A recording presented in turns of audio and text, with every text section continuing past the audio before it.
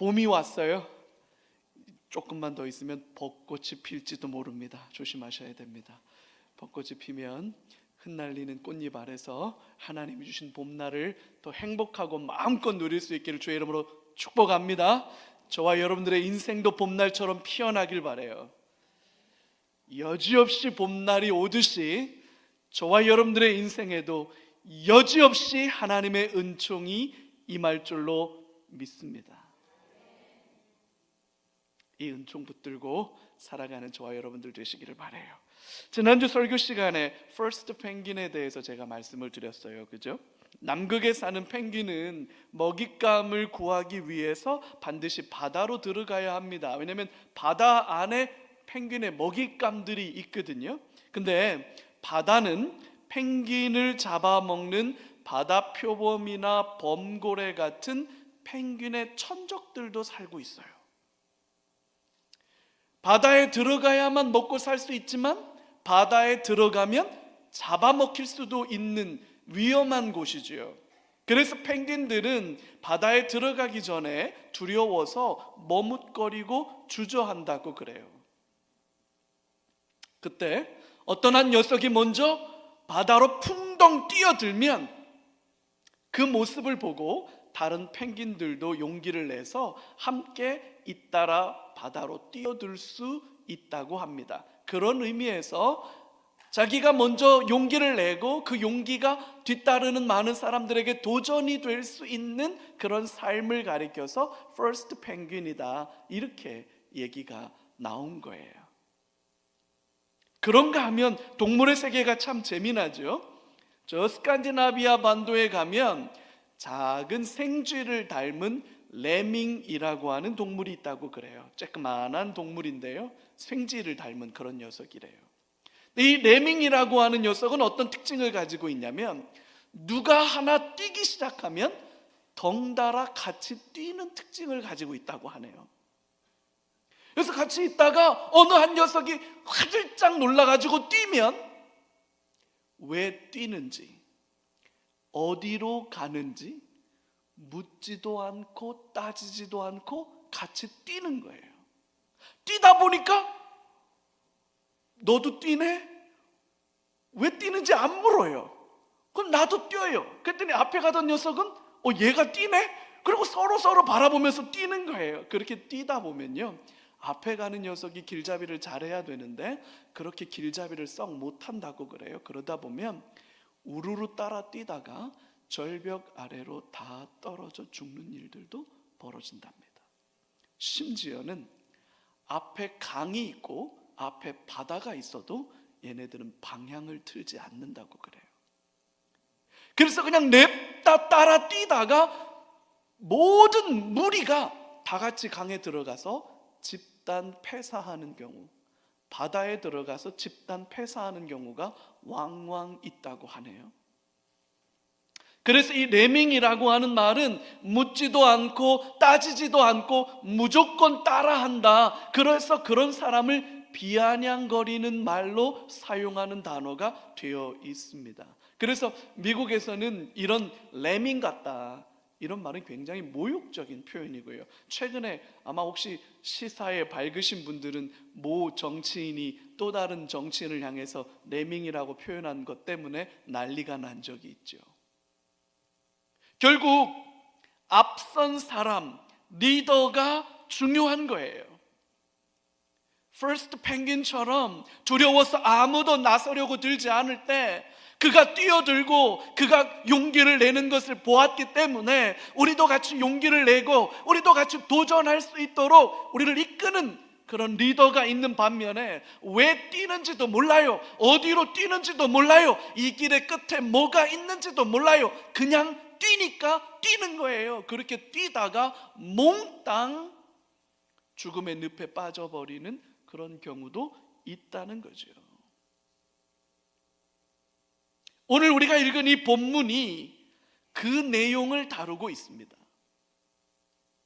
오늘 사사기 1장 1절, 우리 첫 번째 절을 같이 한번 볼까요? 같이 읽겠습니다. 여호수아가 죽은 후에 이스라엘 자손이 여호와께 여쭈어 이르되 우리 가운데 누가 먼저 올라가서 가나안 족속과 싸우리이까? 여호수아는 죽었고 이스라엘 자손들은 하나님께 여쭈어 봅니다.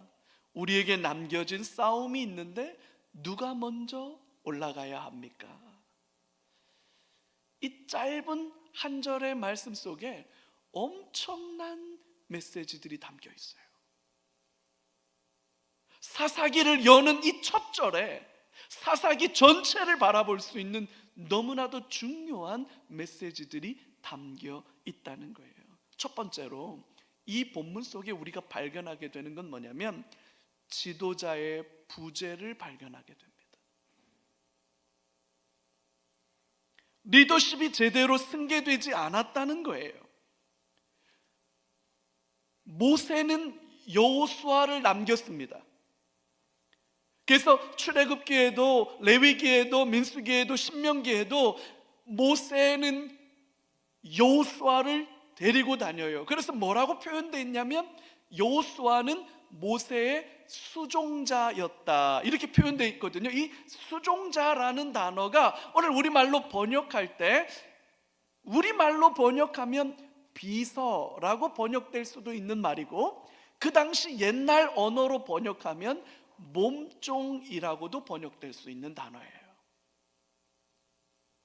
여호수아는 모세의 몸종이었어요.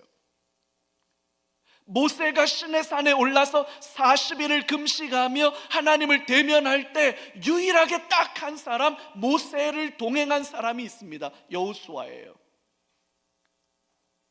모세가 회막에 임재하신 하나님을 만나서 회막에서 여호와의 임재 안에 머물러 있을 때 유일하게 동행하는 사람이 딱 한 사람이 있었습니다. 여호수아예요. 왜냐하면 모세의 비서였고 모세의 몸종이었으니까요. 가나안 땅을 앞에 두고 모세가 죽었습니다. 가장 위대한 지도자 모세가 죽었지만 이스라엘은 동요하지 않았습니다. 왜냐하면 여호수아가 있었으니까요.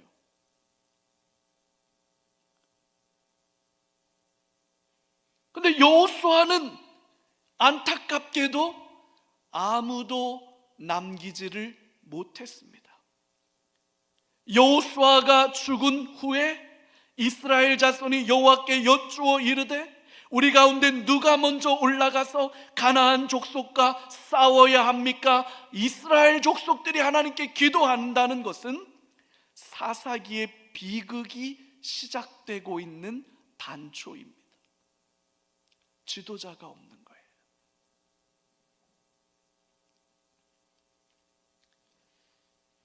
지도자를 남기지를 못한 거예요. 여러분, 우리가 사는 것보다 우리 자녀들이 사는 삶은 좀 더 나았으면 좋겠다 하는 게 한결같은 우리의 소망 아닙니까? 아닙니까? 내가 더 잘 살았으면 좋겠습니까?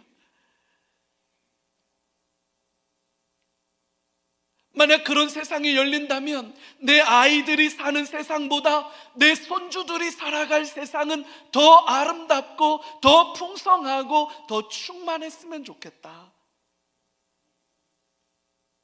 우리 권사님 몇 분 아멘 해주셔서 감사합니다. 내 아이들이 살아가는 세상이 지금보다 나았으면 좋겠어요. 그런 세상이 열린다면 저의 손주들이 살아가는 세상은 지금보다 더 나았으면 좋겠어요. 더 많이 하나님을 경외하고 더 많이 믿음 안에서 살아가는 것이 존경받고 사랑받고 칭찬받는 그런 세상이 되었으면 좋겠어요. 근데 여러분, 정직하게 말해보세요. 우리 손주들이 살아갈 세상이 지금보다 더 나을 거라고 보십니까? 우리 자녀들이 살아갈 세상이 지금보다 더 믿음으로 살기에 적합할 거라고 여러분 보세요? 그렇지 않을 가능성과 확률이 훨씬 더 높아요.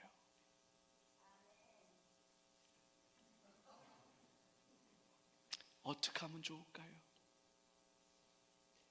어떻게 하면 좋을까요? 지금 우리는 뭘 어떻게 해야 할까요? 여러 가지 대안이 있을 수 있을 거예요. 이런저런 가능성들과 대안들을 제시할 수 있을 거예요. 그러나 제가 주목하고 싶은 건 다음 세대를 책임질 만한 좋은 목회자들이 세워졌으면 좋겠다 하는 게 제가 가진 기도 제목이에요. 다음 세대를 이끌어갈 좋은 목회자들, 연목사보다도 100배가 훌륭하고 이전 세대 훌륭한 목사님들보다 훨씬 더 탁월하고 역량 있는 좋은 목회자들이 세워지면 좋겠다. 그게 제가 가지고 있는 기도 제목이에요. 우리 교회에서 사역하시는 젊은 목사님들, 우리 전도사님들, 저는 이분들이 지금보다 더 성장하고 더 준비될 수 있도록 이분들을 도와드렸으면 좋겠습니다. 어쩌면 우리 눈에 이분들이 연약해 보이고 부족해 보일지도 몰라요. 그래도 우리는 이분들을 도와드려야 해요. 우리는 이분들을 세워드려야 해요. 이분들이 살아야 한국 교회가 사는 거예요. 이분들이 역량 있게 준비되어야 이분들께 우리 아이들을 맡길 수 있는 거예요. 이분들이 살아야 우리 손주들이 이분들과 함께 신앙생활을 할 수 있는 거예요. 우리 이분들 허드렛 일 시키려고 모신 거 아니에요.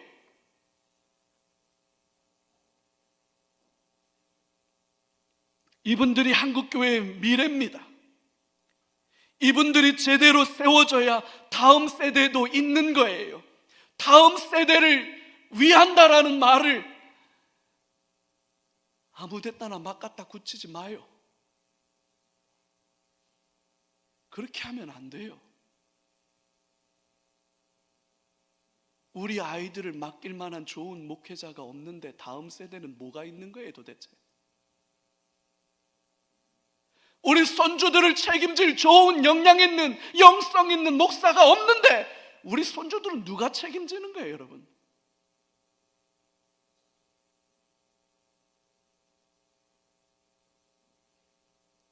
알아서 다 잘하겠죠. 그게 사사기잖아요. 그게 알아서들 하겠지. 여러분 그게 사사기예요. 그게 지금 사사기 1장 1절이 그렇게 열리잖아요. 여호수아는 죽었고 지도자는 없고 사람들은 하나님께 여쭙고는 있지만 따라가야 할 리더가 없는 거예요. 여호수아의 치명적인 연약함은 제대로 된 후계자를 남기지 못했다는 거예요. 그런 전철을 우리 교회가 반복하지 않기를 간절히 기도합니다. 두 번째로는요, 이 본문 안에 참 재밌는 게 발견돼요. 하나님께 여쭈었어요. 그리고 하나님께서 말씀하셨어요. 여쭙고 듣고, 그러면 그 다음이 뭘까요? 순종이겠죠. 물어보았고 들었고 그 다음엔 순종이에요. 누가 먼저 올라가야 합니까? 라고 여쭈었을 때 하나님은 유다 지파가 먼저 올라가라 대답해 주셨습니다. 물었고 들었으니까 그 다음은 순종인데, 여러분 그 순종이 어떻게 이어지는지 3절을 한번 봐요. 3절 같이 한번 읽겠습니다. 유다가 그의 형제 시므온에게 이르되 내가 제비 뽑아 얻은 땅에 나와 함께 올라가서 가나안 족속과 싸우자. 그리하면 나도 내가 제비 뽑아 얻은 땅에 함께 가리라 하니 이에 시므온이 그와 함께 가니라. 유다 지파가 먼저 가라. 유다는 야곱이 낳은 12아들 중에 넷째입니다. 넷째임에도 불구하고 실질적인 장남의 역할을 감당해요. 왜 이렇게 됐느냐? 첫째가 르우벤이에요. 르우벤은 폐륜에 가까운 성적인 부도덕을 저지르는 바람에 장자의 명분을 잃어버립니다. 아버지의 첩과 해서는 안 되는 그런 일이 벌어졌어요. 둘째가 레위입니다. 셋째가 시므온이에요. 둘째, 셋째는 왜 제껴졌느냐? 야곱의 딸 디나가 세겜 족장 아들에게 성폭행을 당하는 끔찍한 일이 벌어져요. 이것 때문에 오빠들이 완전, 전문적인 용어로 꼭지가, 전 더 안 했습니다. 그래서 그 세겜 부족을 쳐들어가 가지고 싹 다 죽여버려요. 살육을 저지르는 것 때문에 레위와 시므온도 장자의 명분을 잃어버려요. 그리고 넷째인 유다에게 실질적인 장자의 권리와 명분이 돌아갑니다. 그래서 창세기 50장 마지막에 보면 요셉이 이제 야곱이 죽기 전에 이제 자기의 12아들을 데려다가 축복하면서 예언과 같은 축복 기도를 마지막으로 해주잖아요. 그때 실질적으로 장자의 명분이 넷째인 유다에게 있다는 것을 공식적으로 선언합니다. 통치자의 규가 유다에게 있을 거고 유다는 사자와 같을 거다라고 예언을 해줘요. 그 뒤로 실질적인 이스라엘 지파 중에 장자, 마지의 역할을 누가 하느냐? 유다 지파가 합니다. 그래서 40년 광야 생활 동안 성소를 중심으로 세 지파가 동서남북으로 텐트를 치는데 가장 먼저 일어나서 움직이는 지파가 유다입니다. 유다가 제일 먼저 행진하고 유다가 제일 먼저 머물러요. 가나안 정복 전쟁을 할 때도 제일 먼저 앞장서는 지파가 유다였습니다. 그리고 안타깝게도 이 사사기 말미에 베냐민과 내전이 벌어졌을 때 11개 지파를 대표해서 제일 먼저 전투에 나섰던 지파가 유다 지파예요. 사사기 뒤에 나오는 게 룻기죠. 룻기에서 보아스가 소속된 지파가 유다 지파예요. 모압 여자 룻과 결혼해서 아이를 낳죠. 그 아이가 아이를 낳고 그 아이가 또다시 아이를 낳았을 때 그 아이가 다윗이에요. 그래서 유다 지파는 이스라엘에게 있어서 어떻게 보면 대표적인 역할을 하는 그런 지파였다, 이렇게 볼 수 있을 겁니다. 굳은 일이 있고 힘들고 어려운 일이 있으면 아무도 먼저 나서려 들지 않지요. 굳은 일, 힘들고 어려운 일이 있을 때 희생하면서 솔선수범하면서 헌신하면서 앞으로 나서는 사람을 우리는 지도자라고 말해요. 리더라고 말해요. 그런 사람을 어른이라고 말하는 거예요. 유다 지파는 그런 위치에 있었습니다. 근데 오늘 이 3절 본문을 가만히 보면 굉장히 미세한 균열이 생기고 있다는 것을 발견하게 됩니다. 누가 먼저 올라갈까요? 라고 물었고 유다가 먼저 가라 이렇게 들었습니다. 복잡할 것도 없고 어려울 것도 없는데 유다는 여기에 시므온 지파를 끌어들입니다. 왜 시므온 지파를 끌어들였는지는 명확하지 않습니다. 아무래도 혼자 싸우는 것보다는 둘이서 함께 싸우는 게 좀 더 낫겠다고 판단했기 때문이 아닐까, 그렇게 추정할 뿐이에요. 그게 뭐가 문제입니까? 이렇게 되물을 수도 있을 거예요. 여러분, 이게 지금 유다 지파가 이거 잘한 겁니까? 잘못한 겁니까? 어떻게 생각하세요, 여러분? 제가 이렇게 여쭈어 보니까 조금 껄쩍지근하죠. 그 전까지만 해도 뭔 문제인지 모르겠는데 담임 목사가 설교 때 이렇게 물어보니까 조금 거시기하긴 뭐 이럴 건데, 이게 잘한 일이냐는 거예요, 잘못한 일이냐는 거예요. 여러분, 판단하기 쉽지 않죠. 이런 걸 유연한 지혜라고 말할 수도 있을 테고 비겁한 타협이라고 말할 수도 있을 거예요. 유다 지파의 이 행동은 유연한 지혜일까? 아니면 비겁한 타협일까? 뭐가 맞을까요?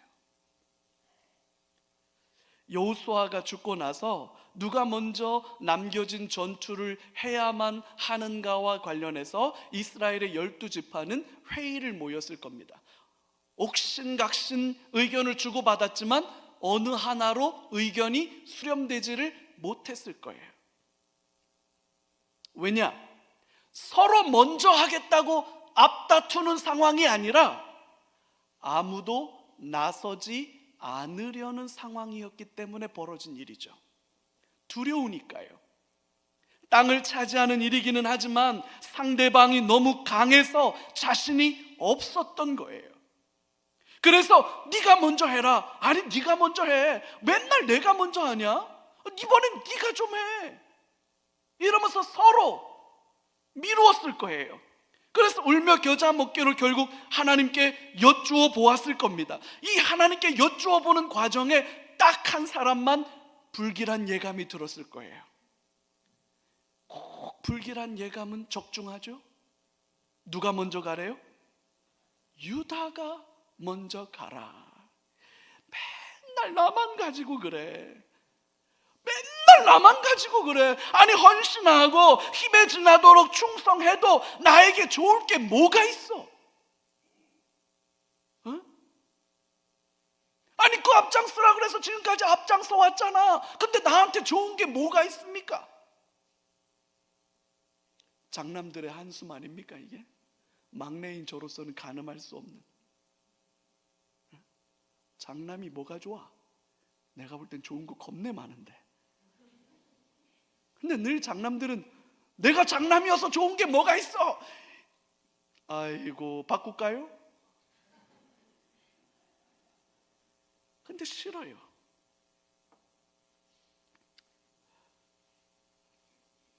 그래서 시므온을 꼬셨을 겁니다. 나를 도와주면 나도 도와주겠다. 타협이죠. 아주 미세한. 그래서 이게 타협인지 아니면 지혜인지 유연함인지 분간하기 어려운 그런 타협이 일어나고 있는 거예요. 근데 여러분, 사사기 전체 맥락으로 보면 이건 유연함도 아니고 지혜도 아닙니다. 하나님의 명령을 자기 수준에서 타협하며 합리화시키고 있는 거예요. 유다 지파가 시므온을 도와주겠다고 한 이 약속은 지켜지지 않습니다. 더 정확하게 말하면 시므온 지파는 유다 지파에게 흡수돼 버리고 맙니다.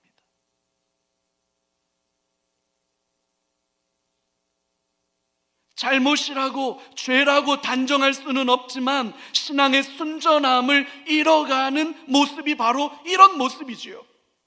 그게 죄라고 단정할 수는 없어요. 잘못이라고 딱 집어 말하기는 못해요. 그러나 그게 지혜일까? 그게 유연함일까? 이렇게 물으면 뭔가 좀 거시기해요.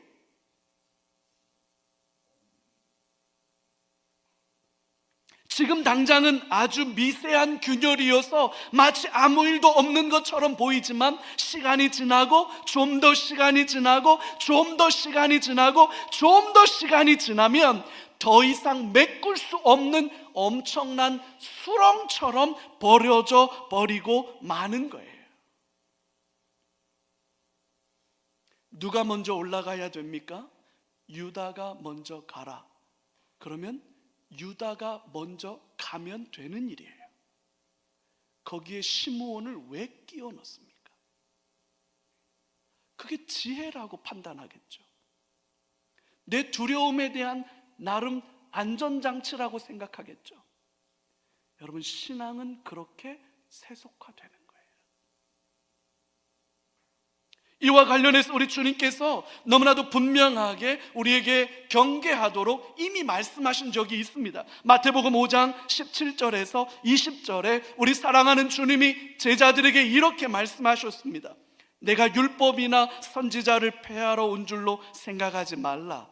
폐하러 온 것이 아니요 완전하게 하려 함이라. 진실로 너희에게 이르노니 천지가 없어지기 전에는 율법의 1.1획도 결코 없어지지 아니하고 다 이루리라. 그러므로 누구든지 이 계명 중에 지극히 작은 것 하나라도 버리고 또 그같이 사람을 가르치는 자는 천국에서 지극히 작다 일컬음을 받을 것이요 누구든지 이를 행하며 가르치는 자는 천국에서 크다 일컬음을 받으리라.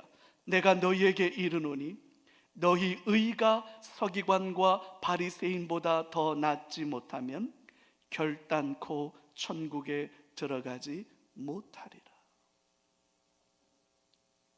1.1획 그것 바꾸는 게 뭐 그렇게 어려운 일이겠어요? 주님이 말씀하셨는데 주님이 나에게 말씀하신 것 중에 점 하나 바꾸고 획 하나 바꾸는 것 좀은 지혜라고 생각하겠지요. 유연함이라고 생각하겠지요. 그게 융통성이라고 생각하겠지요. 그래서 점을 바꾸고 획을 바꿔요. 그렇게 점을 바꾸고 획을 바꾸다 보면 단어를 바꾸기 시작하겠죠. 그렇게 단어를 바꾸다 보면 문장을 바꾸기 시작하겠죠. 그렇게 문장을 바꾸기 시작하면 결국엔 성경을 집어 던지게 되는 거예요. 점 하나 바꾼 게 뭐 그리 대수라고, 획 하나 바꾼 게 뭐 그리 대수라고. 그렇게 시작하는 거예요. 우린 그렇게 점점 멀어져 가는 거예요. 묻고 들었으면 보태려 들지 말고 빼려고 들지 말고 있는 그대로 순종하는 것이 맞습니다. 이것이 저와 여러분들의 체질이 되기를, 이것이 저와 여러분들의 순전한 믿음이 되기를 주의 이름으로 축복합니다. 들었으면 나의 유불리를 따지지 마요. 들었으면 나의 선호도를 따지지 마요. 그냥 바보같이 우직하게 융통성도 없고 지혜가 없어 보여도 난 주님이 말씀하신 것만큼만은 더할 것도 없고 뺄 것도 없어. 난 그냥 그렇게 가. 이게 저와 여러분들이기를 축복합니다. 결국 오늘 읽은 이 본문은 우리에게 두 가지 선택 중 어느 길을 가겠느냐라고 묻고 있습니다. 어디에 그런 질문이 있습니까? 싶죠? 오늘 이 본문 안에서 두 가지 사건을 기록하고 있어요. 하나는 유다 지파가 베색이라고 하는 곳에서 10,000명을 죽이고 그곳에서 아도니 베색이라는 사람을 생포했다. 이 아도니 베색이라고 하는 사람은 한때 천하를 호령하던 영웅 호걸이었어요. 70여 명의 왕들을 사로잡아서 그들의 엄지손가락과 그들의 엄지발가락을 잘랐어요. 엄지손가락은 그들의 권위와 능력을 상징하는 거죠. 왕들이었던 사람을 잡아가지고는 엄지손가락과 엄지발가락을 잘라놨어요. 그리고는 그들을 비참하게 자신의 상 아래에서 먹을 것을 주워 먹어야만 하는, 마치 키우는 개처럼 비참한 인생을 살도록 그렇게 만들었던 인물이에요. 그랬던 아도니 베색이 유다 지파에 의해서 생포되었고 자신이 했던 잔인한 방식대로 그 자신도 당하고 맙니다. 그 이야기를 설명하고 난 뒤에 사건이 전환이 돼요. 유다 지파의 승리에 대한 이야기를 다루다가 갑자기 갈렙이라고 하는 한 사람의 인물로 사건이 전환이 됩니다. 갈렙과 온니엘에 대한 기록이지요. 기럇 세벨이라는 곳을 점령하기 위해서 갈렙은 자신의 딸 악사를 아내로 주겠다라고 하는 파격적인 제안을 해요. 이에 온니엘이 도전을 했고 결국 기럇 세벨을 점령했고 악사를 아내로 맞이하게 됐습니다. 결혼을 하게 된 거죠. 그리고는 이제 14절과 15절 말씀이 이어지고 있어요. 14절 15절 여러분 같이 한번 읽어요. 악사가 출가할 때에 그에게 청하여 자기 아버지에게 밭을 구하자 하고 나귀에서 내리매 갈렙이 묻되 내가 무엇을 원하느냐 하니 이르되 내게 복을 주소서. 아버지께서 나를 남방으로 보내시니 샘물도 내게 주소서 하매 갈렙이 윗샘과 아랫샘을 그에게 주었더라. 아멘. 이게 뭔 말이냐? 여러분 시집간 딸은 뭐라고요? 예? 우리 원사님 시집 보낸 딸이 있으니까 아시는군요. 시집간 딸은 도둑이라잖아요. 그래서 도둑 오는 것보다 뭐가 더 무섭대요? 시집간 딸이 친정에 오는 게 더 무섭다잖아요. 시집가면서 아버지에게 야무지게 한몫 챙겨서 갑니다.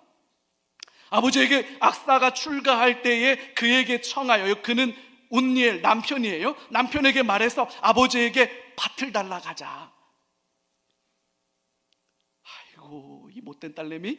그리고는 그것도 모자라가지고 윗셈도 주고 아랫셈도 주십시오 라고 얘기를 하는 거예요. 바보 같은 갈렙은 가져가, 냉장고 저 열어봐, 저 팬트리에 가봐, 저 다 가져가.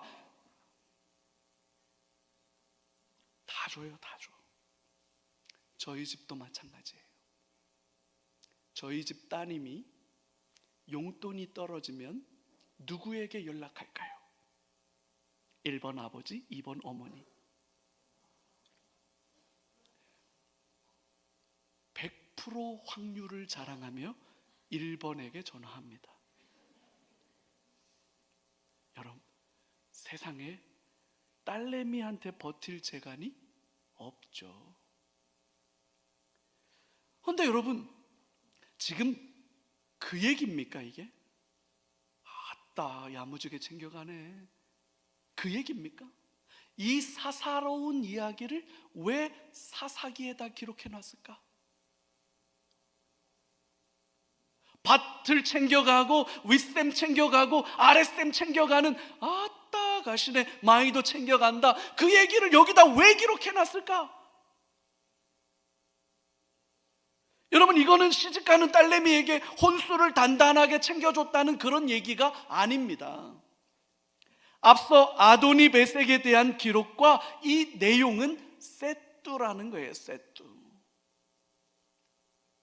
한때 천하를 호령하던 영웅 호걸이라 할지라도 한순간에 비참한 상황에 처할 수도 있고, 반면에 이때 당시에 여자 딸내미들은 유산을 상속받을 수 있는 권리가 있습니까? 없습니까? 없습니다. 없던 시절입니다. 그럼에도 불구하고 이 악사는 시집가는 딸내미 주제에 아버지에게 땅을 달라고 하고 샘물을 달라고 요구합니다. 그랬더니 아버지가 어떻게 해요? 바보 같은 아버지 다 줘요. 그걸 얘기하고 있는 겁니다. 하나님을 왕으로 모시고 온전히 순종하며 살아갈 것인가? 아니면 하나님 없이 스스로가 자신의 삶을 책임지기 위해 아둥바둥하며 살아갈 것인가? 라고 하는 두 개의 갈림길이 있다라고 얘기해 주는 거예요. 순종하며 살아가는 길은 온니엘과 악사의 길이 될 겁니다. 필요한 모든 것들을 채워주실 겁니다. 누가요? 아버지이신 하나님께서요. 반면에 스스로가 하나님이 되어서 살아가는 삶은 아도니 베섹과 같은 삶이 될 겁니다. 자, 그러면 두 가지 길이 있어요. 천하를 호령하던 사람이에요. 그래서 70명의 왕들, 70이라는 숫자가 되게 중요하죠. 7과 10이라고 하는 숫자를 합해 놓은 거니까 이 아도니 베섹은 두려울 게 없는 사람이었어요. 그래서 잡은 왕들을 엄지손가락을 자르고 엄지발가락을 잘라서 자기의 상 아래에서 마치 자기가 키우는 애완견인 것처럼 그렇게 살도록 만들었던, 두려울 것도 없고 불안할 것도 없고 염려될 것도 없었던 영웅 호걸이었어요. 그런 영웅 호걸이 어떻게 됐습니까? 똑같이 비참한 상황에 나가 떨어졌잖아요. 하나님 없이 자기 하고 싶은 대로 살았던 아도니 베섹. 반면에 여자로서 유산을 구할 수도 없고 아무것도 상속받을 수 없는 악사는 아버지에게, 아버지, 저를 남방으로 보내주신다면 저에게 필요한 것이 있지 않겠습니까? 땅을 좀 주십시오. 그리고 그 땅에서 농사 지려면 샘물이 필요하지 않습니까? 그 땅에 있는 윗샘과 아랫샘도 주십시오. 아버지를 인정하고 아버지의 권위를 인정하고 아버지 앞에 겸손하게 구하는 자들은 아버지가 밭도 주고 샘물도 준다. 그 얘기를 지금 하고 있는 거예요. 자, 그렇다면 여러분, 진짜로 중요한 건 여기입니다. 이 두 가지 길을 보여준 거예요. 자, 어느 길을 선택해야 합니까? 아도니 베섹의 길을 선택해야 합니까? 악사의 길을 선택해야 됩니까? 어느 길을 선택해야 됩니까?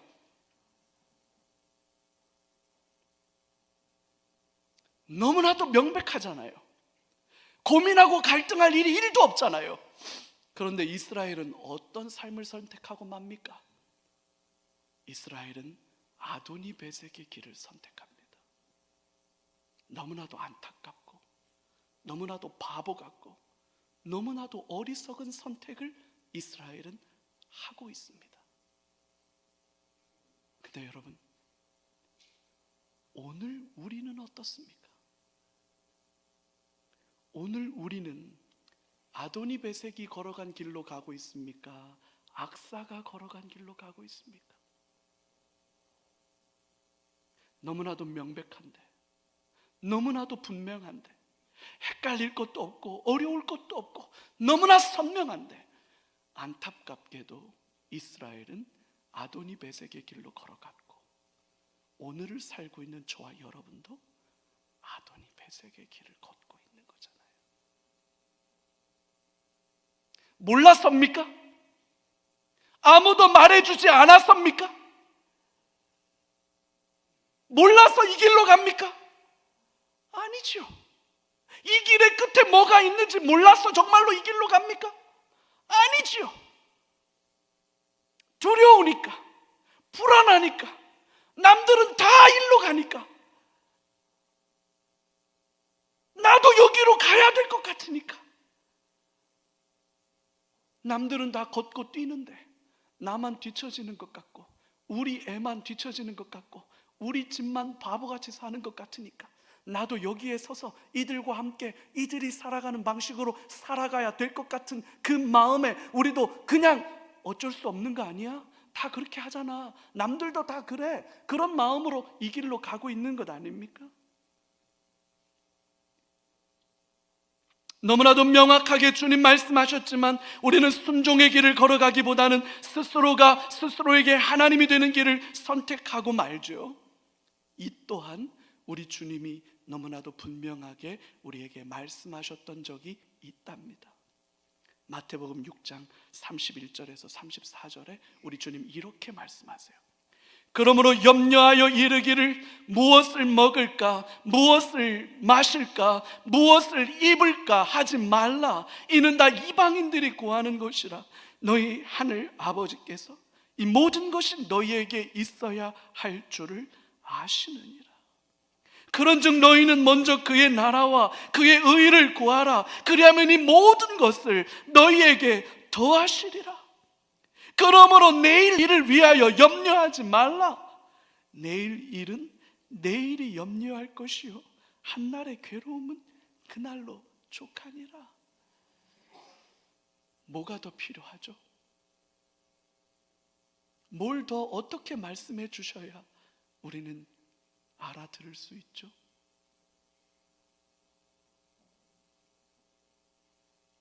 두려운 나머지 아무도 나서지 못할 때 용기를 내어서 바다로 뛰어드는 퍼스트 펭귄이 있습니다.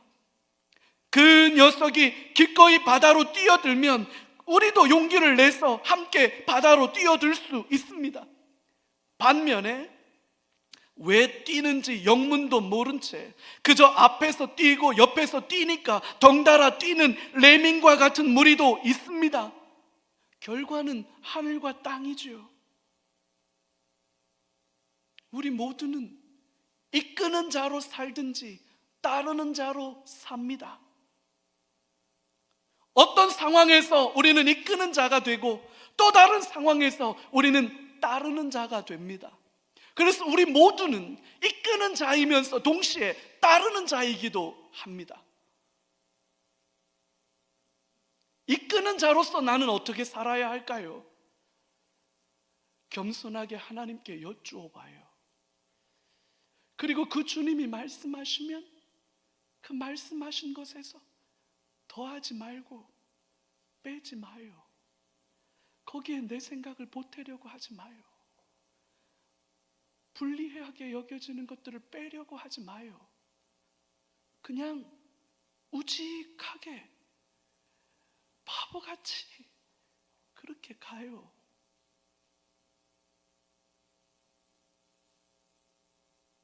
따르는 자입니까? 나는 뭘 보고 누구를 따라가고 있습니까? 세상을 따라가요.